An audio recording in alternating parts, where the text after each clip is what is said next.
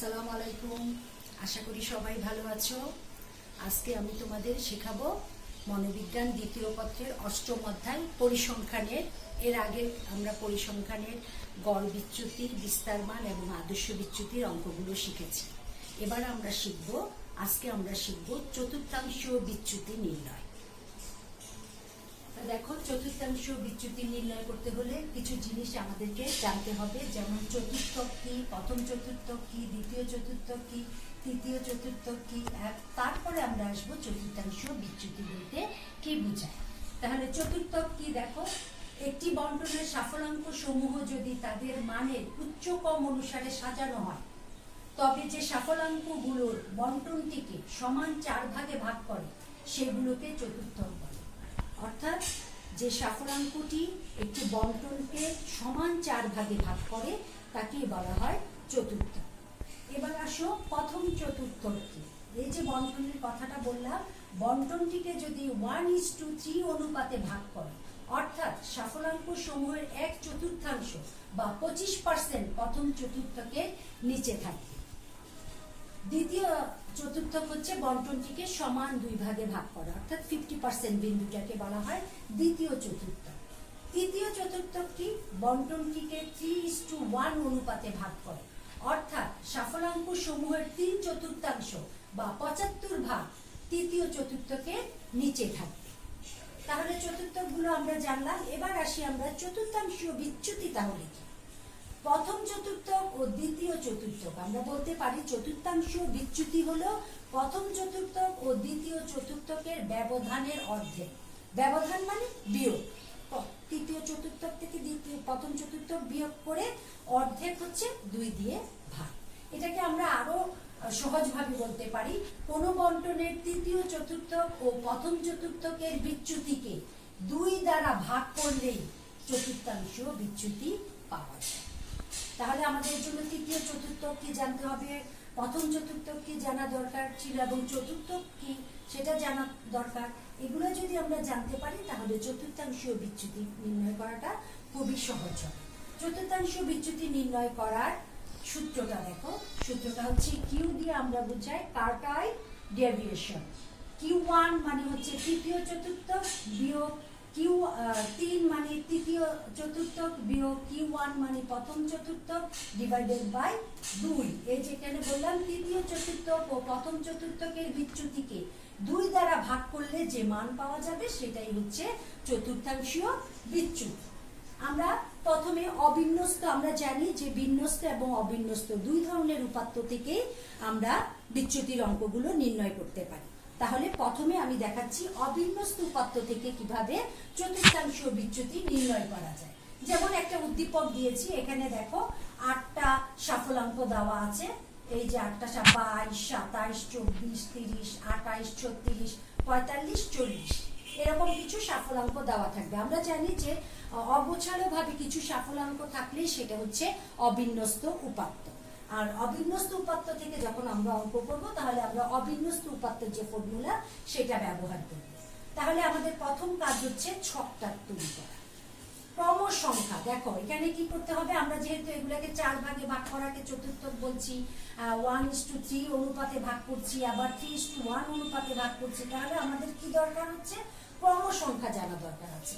এখানে 8 জনের সাফল্যাঙ্ক দেওয়া আছে, তাহলে ক্রম সংখ্যা 1 থেকে 8 পর্যন্ত সিরিয়ালি আমরা লিখেছি। তারপরে 1 হচ্ছে এখানে আমরা স্কোরগুলোকে সাজিয়ে নিব, কারণ 1 নম্বরে হবে সবচেয়ে ছোট স্কোরটা, 2 নম্বরে, তারপর 3 নম্বরে, এইভাবে সাজাতে সাজাতে 8 নম্বরে হবে সবচেয়ে বড় স্কোর এই বন্টনটার মধ্যে যেটা সেটা। এভাবে আমি সাজিয়ে নিয়েছি। দেখো, আশা করি তোমরা এই সাজানোটা পারবে। আমরা এর আগে মধ্যমান নির্ণয় করতে যেও আমরা প্রথম পত্রে কেন্দ্রমুখী প্রবণতার মধ্যমান নির্ণয় করতে হলেও আমরা জানি যে সাজিয়ে নিতে হয়। চতুর্থাংশ বিচ্যুতির ক্ষেত্রেও আমরা ছোট থেকে বড়র দিকে সাফল্যাঙ্কগুলোকে সাজিয়ে নিই। আর আমরা তো সূত্রটা আগেই জেনে নিলাম। সূত্রটা কি, Q সমান সমান Q3 minus Q1 divided by 2। তারপরে দেখো, আমরা এখন আমাদের জানতে হবে যে এই ফর্মুলাটা ইউজ করতে হলে আমাকে জানতে হবে Q1 কিভাবে বের করতে হয়, Q3 কিভাবে বের করতে হয়। Q1 বের করতে হবে, Q3 বের করতে হবে। কিউ এক মানে প্রথম চতুর্থকের ক্ষেত্রে কিউ মানে চতুর্থক, প্রথম চতুর্থকের ক্ষেত্রে আমরা কি ফর্মুলাটা দেখো, কিউ এক সমান সমান n/4 তম সংখ্যা। n হচ্ছে সাফল্যাঙ্ক সংখ্যা আর 4 হচ্ছে চতুর্থাংশ বিচ্যুতি, 4টা ভাগে ভাগ করে সেই জন্য 4। কারণ n হচ্ছে আমাদের এখানে সাফল্যাঙ্ক কত, সাফল্যাঙ্কের মোট সংখ্যা হচ্ছে এখানে 8, 8 কে যদি 4 দিয়ে ভাগ করি তাহলে 2তম সংখ্যা। অর্থাৎ আমার যে ছক আছে, এই যে ছকের বন্টনটা, এখানে 2তম সংখ্যা যেটা, সেই 2তম সংখ্যাটা হচ্ছে Q1। তাহলে 2তম সংখ্যাটা কত আমরা দেখতে পাচ্ছি, 2তম সংখ্যাটা হচ্ছে 24। তাহলে এটা হচ্ছে আমার Q1, দ্বিতীয় সংখ্যাটি হচ্ছে 24। তাহলে আমরা পেয়ে গেলাম Q1 পেয়ে গেলাম। এবার দেখো তৃতীয় চতুর্থকের ক্ষেত্রে মানে Q3 কিভাবে পাবো, Q3 সমান সমান 3n/4। এখানে যেহেতু প্রথম ছিল সেজন্য n মানে 1n, 1 আর n আর লেখার দরকার হয় না। এখানে যেহেতু তৃতীয় চতুর্থক এজন্য 3n/4তম সংখ্যা। তাহলে 3 × n হচ্ছে 8, 3 8 24, 4 6 24। তাহলে তৃতীয় ষষ্ঠ সংখ্যা 6তম সংখ্যা যেহেতু, তাহলে ষষ্ঠ সংখ্যাটির সাফল্যাঙ্ক কত, এখান থেকে আমরা দেখতে পাচ্ছি ষষ্ঠ সংখ্যাটির সাফল্যাঙ্ক হচ্ছে 36। তাহলে Q3 পেলাম 36, Q1 পেলাম 1। তাহলে আমাদের যে মূল সূত্র Q সমান সমান Q3 minus Q1 divided by 2, এইটা আমরা বসাচ্ছি। Q3 হচ্ছে 36, Q1 হচ্ছে যে 24, এখানে 36 2 দিয়ে ভাগ করলাম, 12 ভাগ 2 6 দুগুণে 12। তাহলে নিম্ন চতুর্থাংশ বিচ্যুতি 6। এটা হচ্ছে আমাদের উত্তর, কারণ আমাকে চতুর্থাংশ বিচ্যুতি বের করতে বলেছে। যদি আমাকে বলতো তৃতীয় চতুর্থক বের করো তাহলে আমার উত্তর হতো 36। যদি বলতো আমাকে প্রথম চতুর্থক বের করো তাহলে আমার উত্তর হতো 24। হ্যাঁ, আশা করি সবাই বুঝতে পেরেছো। প্রথম চতুর্থক তৃতীয় চতুর্থক বের করে আমরা চতুর্থাংশ বিচ্যুতি নির্ণয় করলাম। এটা অবিন্যস্তের খুব সহজ একটি অঙ্ক। আরেকটা অঙ্ক আমি তোমাদেরকে দেখাচ্ছি অবিন্যস্তেরই। ওখানে হচ্ছে এখানে যেমন 2তম সংখ্যা, এখানে যেমন ষষ্ঠ সংখ্যা, ওখানে একটু ফ্র্যাকশন আসবে, ফ্র্যাকশন আসবে 2.5, 3.5, 4.5, 5.5, 6.5, 7.5, 8.5 এরকম যদি আসে তাহলে কিভাবে নির্ণয় করবে সেটা আসো এবার শেখাই। কম সংখ্যা দিলাম, ছোট থেকে বড় এইভাবে সাজালাম। সাজানোর পরে আমরা কি বের করব, আমরা তো মূল ফর্মুলাটা জানি, আমাদের বের করতে হবে Q1 এবং Q3। তাহলে প্রথম চতুর্থকের ক্ষেত্রে আমরা কি বের করব, আমরা একটু আগে জেনেছি প্রথম চতুর্থক Q1 সমান সমান n/4 তম সংখ্যা। আমাদের এখানে যেহেতু আগে ছিল 8, এখন n হচ্ছে 10। 10 কে 4 দিয়ে যদি ভাগ করি তাহলে হয় 2.5 তম সংখ্যা। এই যে বললাম যে ফ্র্যাকশন আসলে কিভাবে করতে হয় সেটা এখন আমি তোমাদেরকে শেখাচ্ছি। আগে ছিল দ্বিতীয় সংখ্যাটি, হ্যাঁ ষষ্ঠ সংখ্যাটি, কিন্তু এখন দেখো 2.5 তম সংখ্যা। তাহলে 2.5 তম সংখ্যা হলে এই এতটুকু আবার নতুন করতে হবে।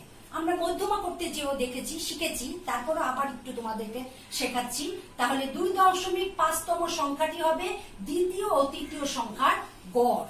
তাহলে এখানে আমার দ্বিতীয় সংখ্যা কোনটি, 38, তৃতীয় সংখ্যা হচ্ছে 40। যদি এটা হতো 3.5 তাহলে বলতাম তৃতীয় এবং চতুর্থ সংখ্যার গড়, অর্থাৎ মূল সংখ্যাটা এবং 0.5 এর জন্য পরবর্তী সংখ্যাটাকে ধরতে হবে। তাহলে এখানে 38 এবং 40 হচ্ছে দ্বিতীয় এবং তৃতীয় সংখ্যা। তাহলে দ্বিতীয় এবং তৃতীয় সংখ্যার গড় বের করতে হবে। তাহলে আমরা জানি গড় বের করতে হলে যে দুইটা সংখ্যার গড় বের করবো সেটা সেই দুইটা সংখ্যা যোগ করে 2 দিয়ে ভাগ করব। তাহলে 2.5 তম সংখ্যা সমান সমান 38 যোগ 40 ভাগ 2, 78 ভাগ 2 39।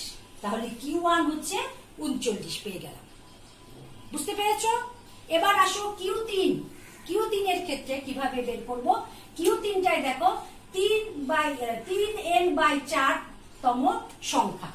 তাহলে Q3 এর জন্য 3n, এটা আমরা জানি, এটা একটা ফর্মুলা অবিন্যস্তের ক্ষেত্রে। তাহলে 3 × n হচ্ছে 10 ভাগ 4, কত হয় 40 ভাগ 4, এটাকে ভাগ করলে হয় 7.5 তম সংখ্যা।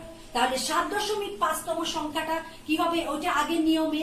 এখানে 7.5 তম সংখ্যাটি হবে সপ্তম এবং অষ্টম সংখ্যার গড়। এই যে সপ্তম হচ্ছে 50, অষ্টম হচ্ছে 52, এই দুইটার গড়। তাহলে 7.5 তম সংখ্যা সমান সমান 50 যোগ 52/2 কত হলো? 102 কে 2 দিয়ে ভাগ করলে হয় 51। তাহলে Q1 হচ্ছে 51। ঠিক আছে, বুঝতে পেরেছো? তাহলে এখানে আমরা Q1 পেয়ে গেলাম, Q3 পেয়ে গেলাম, Q1 পেয়ে গেলাম। Q1 হচ্ছে 39, Q3 হচ্ছে 51। তাহলে আমরা এখন আমাদের মূল যে ফর্মুলা সেটাতে বসাচ্ছি। দেখো মূল ফর্মুলাটা কি? Q সমান সমান Q3 minus Q1 divided by 2। Q3 হচ্ছে 51 বিয়োগ Q1 হচ্ছে 39। 2 দিয়ে ভাগ করলে দেখো 12/2 6। নিম্ন চতুর্থাংশ বিচ্যুতি হচ্ছে 6 উত্তর। যদি বলতো তৃতীয় চতুর্থ বের করো তাহলে আমরা বের করতে পারতাম তৃতীয় চতুর্থ হচ্ছে 51। যদি বলতো প্রথম চতুর্থ বের করো এই সাফল্যাঙ্কগুলো থেকে তাহলে প্রথম চতুর্থ কত? 39। আমাদের যেহেতু প্রশ্ন বের করতে বলেছে চতুর্থাংশ বিচ্যুতি, তাহলে Q1 Q3 বের করে আমাকে মূল ফর্মুলায় বের করলেই আমি পাবো আমার চতুর্থাংশ বিচ্যুতি। আশা করি সবাই অবিন্যস্ত উপাত্ত থেকে চতুর্থাংশ বিচ্যুতি নির্ণয় করতে পারবে। এবার আসি আমরা বিন্যস্ত উপাত্ত থেকে কিভাবে চতুর্থাংশ বিচ্যুতি নির্ণয় করব। এবার দেখো বিন্যস্ত উপাত্ত থেকে চতুর্থাংশ বিচ্যুতি নির্ণয়ের সূত্রটা কি? ওই মূল সূত্র একই, Q সমান সমান Q3 minus Q1 divided by 1। এখন Q1 এবং Q3 এর সূত্র অবিন্যস্ত উপাত্ত থেকে যেরকম ছিল সেটা কিন্তু এখন একটু ভিন্নতা আছে। যেমন Q1 এর সূত্র হচ্ছে L plus n/4 minus CFL small n, এটা capital L, divided by F into I। আর Q3 হচ্ছে L প্লাস 3n/4, এটা হচ্ছে অবস্থানটা। অবিন্যস্ত ক্ষেত্রে যেটা ছিল সেটা minus CFL divided by F into I। ফর্মুলাগুলো ব্যাখ্যা দেখো। Q হচ্ছে চতুর্থাংশ বিচ্যুতি, Q1 হচ্ছে প্রথম চতুর্থ, Q3 হচ্ছে তৃতীয় চতুর্থ। এগুলো আমরা এর আগে জেনে এসেছি। এবার দেখো L এর সূত্রের ব্যাখ্যা হচ্ছে চতুর্থ শ্রেণীর প্রকৃত নিম্নসীমা। অর্থাৎ চতুর্থ এই যে এটা হচ্ছে শ্রেণী, যে শ্রেণীতে আমার প্রথম চতুর্থ এবং তৃতীয় চতুর্থ পড়বে সেই শ্রেণীর প্রকৃত নিম্নসীমা। যেমন 25 থেকে 29 যদি আমার শ্রেণী হয় তাহলে 25-এর নিম্নসীমা হচ্ছে 24.5। আবার 30 থেকে 34 যদি আমার চতুর্থ শ্রেণী হয় তাহলে 30-এর নিম্নসীমা হচ্ছে 29.5, কারণ 1-এর অর্ধেক হচ্ছে 0.5। তাহলে 29 এবং 30-এর একদম মিড পয়েন্ট হচ্ছে 29.5। তারপরে CF মানে ক্রোনোলজিক্যাল ফ্রিকোয়েন্সি, F মানে ফ্রিকোয়েন্সি, CF হচ্ছে ক্রোনোলজিক্যাল ফ্রিকোয়েন্সি মানে হচ্ছে ক্রমবর্ধিষ্ণু পৌনঃপুন্য। পৌনঃপুন্যটা কি হবে? ক্রমে ক্রমে নিচের শ্রেণী থেকে বা ছোট শ্রেণী থেকে উপরের শ্রেণীর দিকে আস্তে আস্তে বাড়বে। তারপরে F হচ্ছে চতুর্থ শ্রেণীর পৌনঃপুন্য, I হচ্ছে চতুর্থ শ্রেণীর শ্রেণী ব্যবধান, M হচ্ছে পৌনঃপুন্যের সমষ্টি। এখানে আমি একটা উদ্দীপক দিয়েছি, এতটুকু থাকবে না, প্রশ্নে এতটুকু পর্যন্ত একটা উদ্দীপক দেওয়া থাকবে। প্রশ্নে দেওয়া থাকবে যে এই উদ্দীপকটা দেওয়া থাকবে, শ্রেণী ব্যবধান এবং ফ্রিকোয়েন্সি গুলো দেওয়া থাকবে। বলবে যে উদ্দীপক থেকে চতুর্থাংশীয় বিচ্যুতি নির্ণয় করো। তাহলে এই দুইটা দেওয়া থাকার পরে আমাকে একটা কলাম বের করতে হবে, সেটা কি? CFL ক্রমবর্ধিষ্ণু পৌনঃপুন্যের ঘরটা বের করতে হবে। তাহলে এই ঘরটা কিভাবে বের করতে হয় দেখো।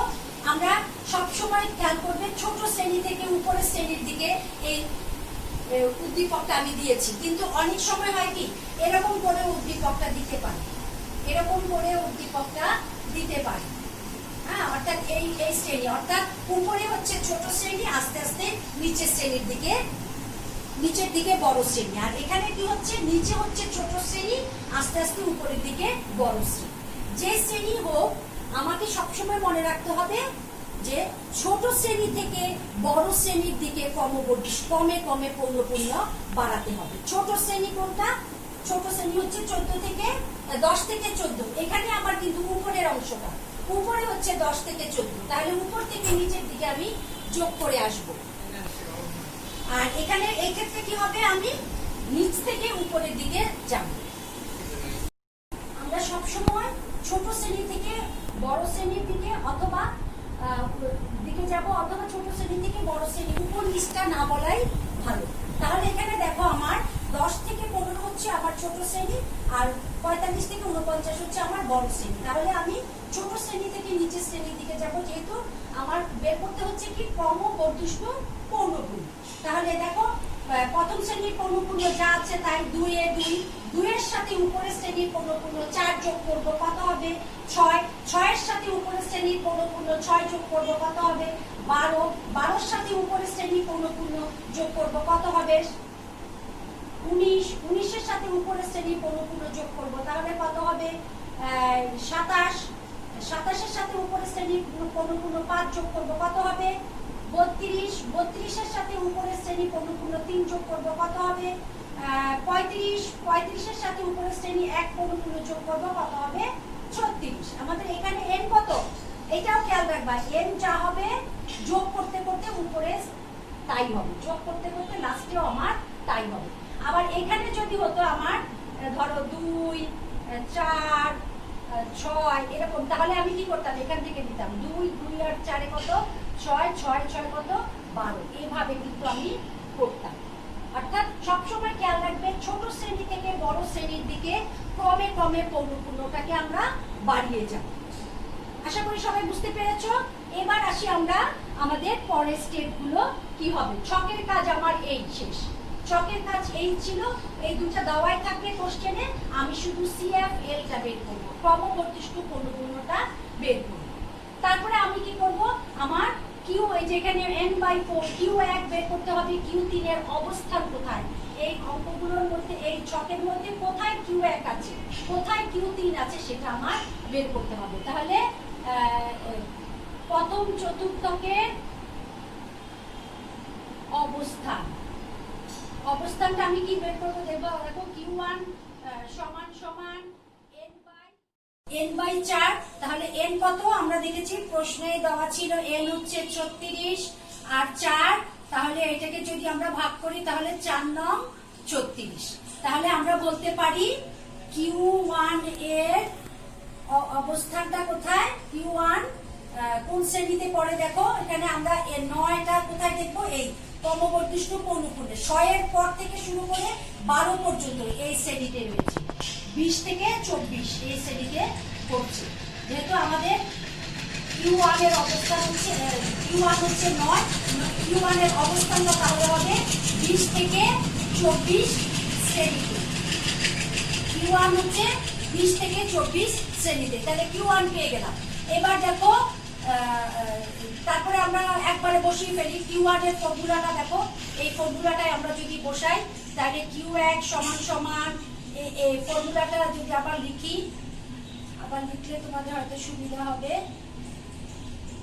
ইনটু I, তাহলে n এর মান কি, চতুর্থ শ্রেণীর প্রকৃত নিম্নসীমা। এখন আমরা Q1 এর শ্রেণীর প্রকৃত নিম্নসীমা, Q1 শ্রেণী কিন্তু আমরা বের করে ফেললাম, এটা হচ্ছে Q1 শ্রেণী, এই যে এটা 20 থেকে 24 হচ্ছে Q1 শ্রেণী, মান বসাবো এই শ্রেণীর আলোকে। তাহলে L হচ্ছে 20 থেকে 24 হচ্ছে Q1 শ্রেণী, তাহলে এর 20 এর আগের শ্রেণী কত 19, 19 এবং 20 এর মিড পয়েন্ট হচ্ছে 19.5 যোগ n/4 তো আমরা বের করেছি কত 9, বিয়োগ CFL ক্রমবর্ধিষ্ণু পৌনঃপুন্য কি কোন শ্রেণী, চতুর্থ শ্রেণীর পূর্ববর্তী শ্রেণীর ক্রমবর্ধিষ্ণু পৌনঃপুন্য। তাহলে Q1 শ্রেণীর ক্রমবর্ধিষ্ণু পৌনঃপুন্য হচ্ছে 12, এটা না, কি বের করতে হবে Q1 শ্রেণীর পূর্ববর্তী শ্রেণী, পূর্ববর্তী শ্রেণী কত 6, 19 না কিন্তু, কারণ 20 থেকে 24 এর আগের শ্রেণী বা পূর্ববর্তী শ্রেণী হচ্ছে 15 থেকে 19, 15 থেকে 19 এর ক্রমবর্ধিষ্ণু পৌনঃপুন্য হচ্ছে 6 ডিভাইডেড বাই 1, অর্থাৎ যে শ্রেণীর চতুর্থ শ্রেণীর পৌনঃপুন্য, এখানে Q1 শ্রেণীর পৌনঃপুন্য হচ্ছে 6 ইনটু I হচ্ছে শ্রেণী ব্যবধান, এখানে 20 থেকে 24 শ্রেণী ব্যবধান কত 5, তাহলে মান আমাদের বসানো হয়ে গেল। এখন দেখো কিভাবে করতে হয়, এটা ধরবেই না 19.4 সবার শেষে, এই কাজ সব করার পরে 6, 7, 8, 9, 3, 6 ইনটু 5, এটা এই যে যেটা বারবার বলছি এটা কিন্তু ধরবেই না, এগুলা কাজ শেষ হলে 3 5 15 ভাগ 6 19.5, এটাকে ভাগ যদি করি তাহলে কত হয় 2.5 হয়, তাহলে এটা কত হয় 19 2 20 21 আর একে 22, তাহলে Q1 পেলাম আমি 22, Q1 হলো আমার 22 বের করে ফেললাম। যেহেতু এখানে আমরা এটা বিন্যস্তের অঙ্ক করছি, এই জিনিসটা একটু বেশি করতে হলো। অবিন্যস্ত হলে আমার এখানেই হয়ে যেত উত্তর এটা, কিন্তু বিন্যস্তের অঙ্ক দেখে আমাকে এই ফর্মুলাটা ফেলে এখানে আমার বের করতে হলো Q1। সেম ভাবে আমাকে Q3 বের করতে হবে। তাহলে দেখি তৃতীয় চতুর্থকের অবস্থান কোথায় দেখে নেই।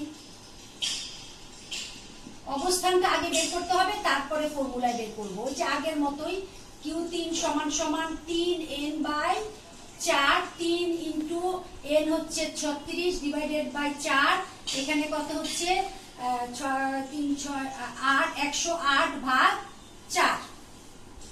ঠিক আছে, 108 ভাগ 4।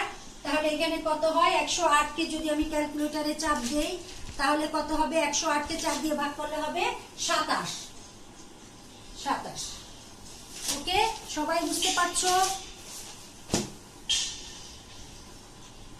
তাহলে আমার Q3 এর অবস্থান কোথায়, কোন শ্রেণীতে পড়ছে Q3? 27 কোন ঘরে পড়ে দেখো, 27 একদম ফিক্সড হয়ে পড়ছে। 27 এই দেখো CF এ 27 এর মধ্যেই 27 পড়ছে, তো অর্থাৎ 30 থেকে 34 শ্রেণীতে পড়ছে। 30 থেকে 34 শ্রেণীতে আমার আছে Q3 এর অবস্থান। কত, 30 থেকে 34 শ্রেণীতে। হ্যাঁ, তাহলে Q3 হচ্ছে 30 থেকে 34 শ্রেণীতে। এটাকে আমরা বলবো Q3। যেটা Q1 বলেছে এটা Q3। এখন এই ফর্মুলাটা বসিয়ে সব এই শ্রেণীর আলোকে আমাকে লিখতে হবে।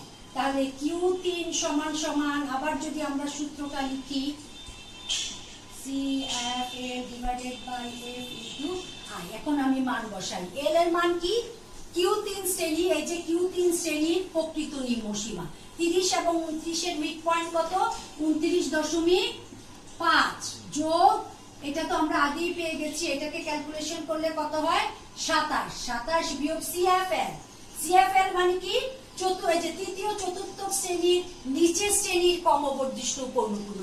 L যেখানেই L থাকবে সেটাই হচ্ছে নিচের শ্রেণী। এই যে এখানে দেখো 27 কিন্তু হবে না, হবে কত, 19। CFL হচ্ছে 19, F হচ্ছে তৃতীয় চতুর্থ শ্রেণীরই পৌনঃপুন্য অর্থাৎ 8, আর শ্রেণী ব্যবধান কত, 5। তাহলে আমরা 29.5, যেটা বলছি যেটা ধরবেই না, সব কাজ শেষে এটা ধরবে। তাহলে এখানে কত, 19 থেকে 27 হলে কত হয়, 19 20 21 22 23 24 25 26 27, 8।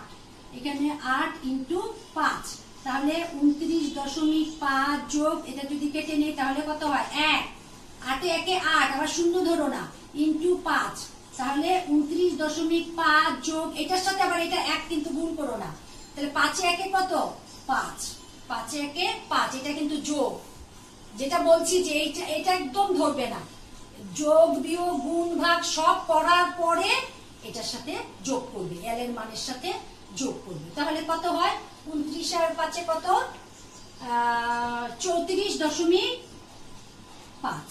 তাহলে Q3 হচ্ছে 34.5। ঠিক আছে, এতটুকু তোমরা বুঝতে পেরেছো?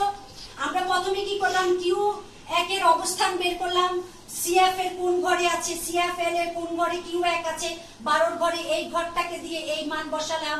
আবার Q3 এর অবস্থান বের করলাম, সেটা 27 অনুযায়ী কোন শ্রেণীতে পড়ে সেই শ্রেণী বের করলাম, সেই শ্রেণী অনুযায়ী এই মানটা বসালাম। তাহলে আমাদের যে মূল ফর্মুলার জন্য আমার দরকার হচ্ছে Q1 হচ্ছে 22, Q3 হচ্ছে 34.5। তাহলে আমি এখন আমার মূল ফর্মুলাটাতে বসাচ্ছি। হ্যাঁ, এখানে বসিয়ে দেই, দেখা যায়, দেখো এখানে বসিয়ে দেই আমি, এখানে হচ্ছে 2, তাহলে Q3 হচ্ছে 34.5 বিয়োগ Q1 হচ্ছে 22 ভাগ হচ্ছে 2। তাহলে এটাকে যদি ভাগ করি আমরা, তাহলে কত হয়, বিয়োগ করলে 12.5 ভাগ 2। এটাকে যদি ভাগ করি তাহলে কত হয়, ভাগ করলে হয় 6.25। তাহলে আমরা এখন বলতে পারি আমাদের সুতরাং নির্ণেয় চতুর্থাংশীয় বিচ্যুতি হচ্ছে 6.25। এইটা হচ্ছে আমার উত্তর। যদি আমাকে বলতো যে এই সংখ্যাগুলোর সাহায্যে Q1 বের করো, তাহলে এতটুকু বের করে আমার উত্তর হতো 22। যদি বলতো এই ছকের আলোকে বা উদ্দীপকের আলোকে Q3 বের করো, তাহলে আমার উত্তর হতো 34.5। কিন্তু আমাকে যদি প্রশ্ন বলা হয়েছে, আমি যেহেতু প্রশ্নটাই বলেছি যে চতুর্থাংশ বিচ্যুতি বের করো, তাহলে আমাকে এই দুটার মানটাকে এখানে বসিয়ে চতুর্থাংশ বিচ্যুতি বের করতে হবে। আমি এখন পেলাম, আমার রেজাল্ট হচ্ছে এইটা। ঠিক আছে, আশা করি সবাই বুঝতে পেরেছো। খুবই সহজ, একটু ক্যালকুলেশন বেশি, একটু লেন্দি, কিন্তু সহজ ক্যালকুলেশন, যোগ বিয়োগ গুণ ভাগ ছাড়া কিন্তু আর কিছু না।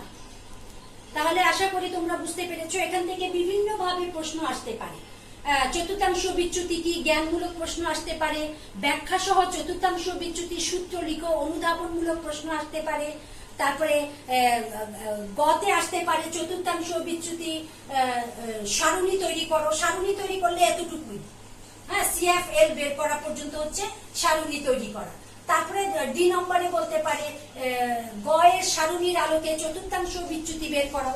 তখন চতুর্থাংশ বিচ্যুতি বের করতে হলে এটা বের করতে হবে, এটা বের করে এই ফর্মুলায় ফেলে আমার উত্তর তখন এইভাবে বের করতে হবে। আশা করি সবাই বুঝতে পেরেছো। বারবার ট্রাই করবে, তাহলেই তোমরা চতুর্থাংশ বিচ্যুতি নির্ণয় করাটা খুব সহজেই বের করতে পারবে। তাহলে আজকে এই পর্যন্তই। আল্লাহ হাফেজ।